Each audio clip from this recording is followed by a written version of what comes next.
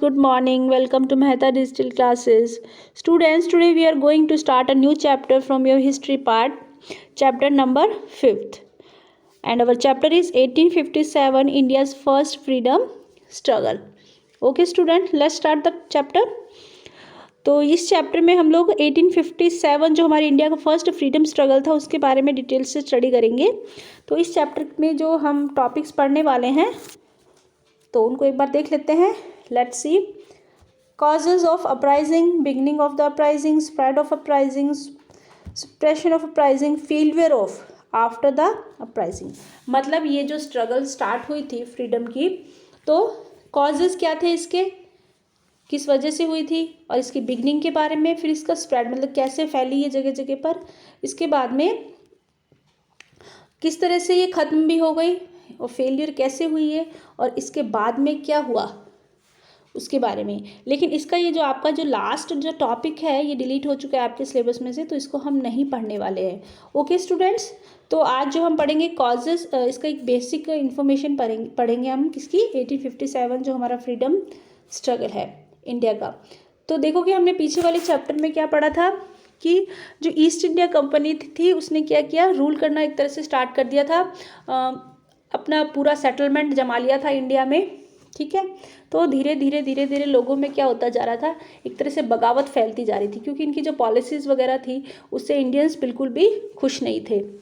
ठीक है, उनकी जो कंडीशन है और भी ज़्यादा मिजरेबल और पुअर होती जा रही थी। फिर धीरे धीरे लोगों में कहते हैं ना वो एक चिंगारी भड़कती रहती है, वो एकदम से एक क्रांति का रूप ले लिया उसने। ओके, तो ये क्या था, हमारा 1857 का स्ट्रगल था, और इसे इंडिया का फर्स्ट फ्रीडम स्ट्रगल भी कहा जाता है। The British East India Company had established its presence in India in 1612। East India जो कंपनी थी इसने धीरे धीरे ये एस्टेब्लिश हो गई थी हमारे इंडिया में 1612 के समथिंग जो टाइमिंग था इस समय के आसपास। It started with the companies administration of the factory areas establish for trading purpose. तो इसने सबसे पहले, ये हमने लास्ट चैप्टर्स थे उसमें पढ़ा भी था कि कंपनी एडमिनिस्ट्रेशन मतलब धीरे धीरे इसने कंपनी ने अपना एडमिनिस्ट्रेशन स्टार्ट किया था फैक्ट्री एरिया से। ठीक है ना, इनका सब पहला काम क्या था, मतलब ट्रेडिंग के लिए आई थी इंडिया में, व्यापार के लिए। Its victory in the Battle of Plassey in 1757 marked the beginning on its firm foothold in Eastern India। तो इसकी जो जीत थी, विक्ट्री थी, कौन सी बैटल, जो प्लासी की जो लड़ाई हुई थी, बैटल हुई थी, कब हुई थी, 1757 में। तो यहाँ से ही एक तरह से इनकी स्टार्टिंग मानी जाती है, बिगनिंग मानी जाती है, फुट होल्ड मतलब अपने पाँव जमाना शुरू कर दिए थे, कहाँ पे, ईस्टर्न इंडिया में। When the east India company army defeated the Mughal emperor Shah Alam second in 1764 at the battle of Buxar. तो जब ईस्ट इंडिया कंपनी ने किसकी आर्मी को डिफीट किया था, मुगल जो शासक थे शाह आलम सेकंड, 1764 में, कौन सी बैटल में, बक्सर की बैटल में।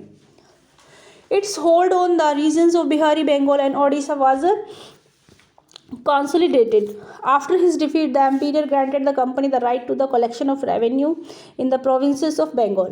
मतलब जब इसने ईस्ट इंडिया कंपनी ने हरा दिया था, डिफीट कर दिया था किसको, शाह आलम को, तो जो एम्पीरियर था इसने क्या किया था, कंपनी को एक तरह से ग्रांट कर दे दी थी, मतलब परमिशन दे दी थी, क्या कलेक्ट करने की, रेवेन्यू कलेक्ट करने की। ठीक है, टैक्स कलेक्ट करने की। कहाँ से, बंगाल, जो मॉडर्न डे बंगाल है, बिहार, ओडिशा, नोन एज दीवानी, जिसे दीवानी भी कहा जाता है। ठीक है, मतलब दीवानी मिल गई थी इनको, एक तरह से अधिकार मिल गया था, राइट मिल गया था कलेक्शन ऑफ रेवेन्यू का। The company soon expanded it's territories around its basis in Bombay and Madras. धीरे धीरे कंपनी ने अपना जो अपना शासन है वो फैलाना शुरू कर दिया, जो इसकी टेरिटरीज थी, जो प्रांत थे, वहाँ पे धीरे धीरे क्या करना, एक्सपेंड करना शुरू कर दिया। Later the Anglo Mysore war 1766-1799 and the Anglo Maratha war, और मराठा वॉर और एंग्लो जो मैसूर वॉर युद्ध हुए थे, led to the company's complete control of India. धीरे धीरे पूरे इंडिया पे इससे ये वाले जो वॉर हुए थे, एंग्लो मैसूर वॉर और एंग्लो मराठा वॉर के बाद में धीरे धीरे कंपनी ने पूरे इंडिया पे क्या करना शुरू कर दिया था, कंट्रोल करना, क्योंकि ईस्टर्न पार्ट पे पहले ही कर चुकी थी, जो प्लासी की बैटल हुई थी उसके बाद में। ठीक है। और बक्सर की बैटल के बाद में ये बंगाल उड़ीसा के एरिया पे कंट्रोल कर लिया था। और जो मैसूर और मराठा वॉर हुए थे उसके बाद कंपनी ने कहाँ पे कंट्रोल कर लिया था, जो साउथ के एरियाज थे वहाँ पे। तो एक तरह से पूरी की पूरी जो इंडिया है उसके कंट्रोल में थी। 1806 the Vellore mutiny was sparked by new form regulations that created resentment amongst both Hindu and Muslim sepoys.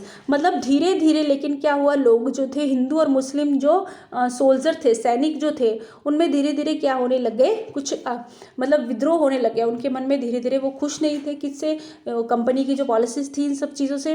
तो धीरे धीरे उनके अंदर क्या होने लग गया, एक विद्रोह जागना शुरू हो गया। At the turn of the 19th century governor general Wellesley began what became 2 decades accelerated expansion of company territories. The British actions made all the section of Indian society despondent. तो कंपनी के जो काम थे उसकी वजह से क्या था, जो और जो ब्रिटिश जो एक्शन से मेड ऑल द सेक्शन, तो उसने इंडियन सोसाइटी को क्या कर दिया था, एक तरह से असंतुष्ट कर दिया था। वो अंदर ही अंदर क्या हो रहे थे, बहुत ज़्यादा मतलब अंदर ही अंदर उनके क्या था, एक तरह से विद्रोह जाग रहा था। ठीक है, किसके प्रति, ब्रिटिश जो एक्शंस थे, ब्रिटिश जो नीतियाँ थी, उनके जो काम थे उनके प्रति। The different section of Indian society express their indignation through protest and revolt. और ये धीरे धीरे मतलब कैसे आ रहा था आगे, जो मन में विद्रोह था, ठीक है, मन में एक नाराज़गी जी थी, वो धीरे धीरे कैसे आगे आ रही थी, प्रोटेस्ट और रिवोल्ट। मतलब वो उन चीज़ों के अगेंस्ट हो रहे थे और उसको दिखा रहे थे क्रांति के थ्रू, मतलब एक तरह से आंदोलन कर रहे थे इस हिसाब से। The Indian rebellion was fed by resentments born of diverse perceptions including invasive British style social reforms। मतलब ब्रिटिश की जो पॉलिसीज थी और उनके जो सोशल रिफॉर्म्स थे, रिफॉर्मर्स थे, और उनके द्वारा जो टैक्स लगाए गए थे, लैंड टैक्सेस थे, इसके अलावा रिच लैंड ओनर्स थे, ठीक है, और प्रिंसेस, और इसके अलावा जो भी इनकी नीतियाँ थी उनसे क्या थे, ये धीरे धीरे एक इन रेबलियन धीरे धीरे जन्म ले रही थी, क्रांति जन्म ले रही थी। As well as changes brought by the British rule many Indians rose against the British. तो इससे क्या हो गया कि धीरे धीरे सारे इंडियंस क्या हो गए, इसके अगेंस्ट हो रहे थे, किसके, ब्रिटिश के। However many also fought with the for the British and the majority remained singly complain to the British rule. लेकिन कुछ थे वो ब्रिटिश की तरफ से भी लड़ रहे थे, लेकिन फिर भी मेजॉरिटी क्या थी, उनके अगेंस्ट थी। The biggest challenge to British authority came in 1857। लेकिन सबसे बड़ा चैलेंज जो था, सबसे बड़ा जो फ्रीडम जब स्टार्ट हुई, एक तरह से मान सकते हैं कि सबसे बड़ा चैलेंज कब आया ब्रिटिश के अगेंस्ट, 1857 में, जब लोगों ने क्या किया, when people of India rose up against the British rule. जब एकदम से जो लोग क्या हो गए, मतलब लड़ने के लिए उग्र हो गए, जागरूक हो गए, एक तरह से जाग उठे ब्रिटिश रूल के प्रति। The Indian rebellion of 1857 was a major uprising in India 1857-58 against the rule of British east India company. ये एक बहुत बड़ा कदम था, बहुत बड़ा, मतलब एक तरह से शुरुआत थी किसके against, British east India company के अगेंस्ट 1857 से 58 तक। द रेबेलियन बिगेन ऑन 10 मई 1857। कब स्टार्ट हुई है, 10 मई 1857 में, in the form of mutiny of sepoys of company's army. मतलब जो कंपनी जो थी, इसके जो सैनिक थे और जो हिंदू और मुस्लिम दोनों तरह के थे, इन सब से ही ये धीरे धीरे विद्रोह स्टार्ट हुआ था। The garrison town of Meerut से स्टार्ट हुआ। It then erupted into other mutinies and civilian rebellions chiefly in the upper Gangetic plains and central India. धीरे धीरे ऐसे करते करते अन्य सेना की जो बाकी जो सैनिक टुकड़ियाँ थी उनमें भी ये विद्रोह स्टार्ट हो गया था, और गैंगेटिक, गंगा के जो मैदान है, और सेंट्रल इंडिया के भागों में भी ये स्टार्ट हो गया था। The incident of revolt also occurred further north and east. इसके अलावा नॉर्थ ईस्ट में भी The rebellion posed a considerable threat to British power in these regions. The rebellion is known by the many names. इस क्रांति को बहुत सारे नामों से जाना जाता है।